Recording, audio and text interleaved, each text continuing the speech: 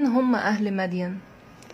قبيلة عربية قديمة تسكن في منطقة بين الحجاز وبين بلاد الشام، وكانوا مشهورين بالتجارة والأسواق والقوافل، لكن أيضا للأسف اشتهروا بالاحتيال والغش والظلم في الميزان.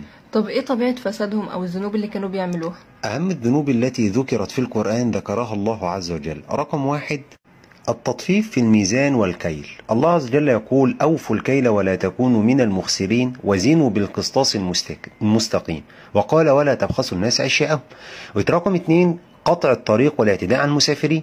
الله عز وجل قال على لسان سيدنا شعيب: ولا تقعدوا بكل صراط توعدون وتصدون عن سبيل الله. كانوا يجلسون على الطرقات يهددون الناس ويقطعون الطريق ويخيفون المسافرين. رقم 3: نشر الفساد في الأرض. قال الله عز وجل على لسان سيدنا شعيب: ولا تعثوا في الأرض مفسدين.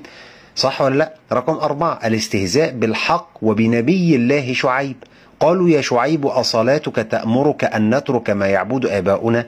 وكانوا يستهزئون قائلين: إنك لأنت الحليم الرشيد. وكانوا يقولون: إنما أنت من المسحرين، يعني أنت رجل من المسحورين.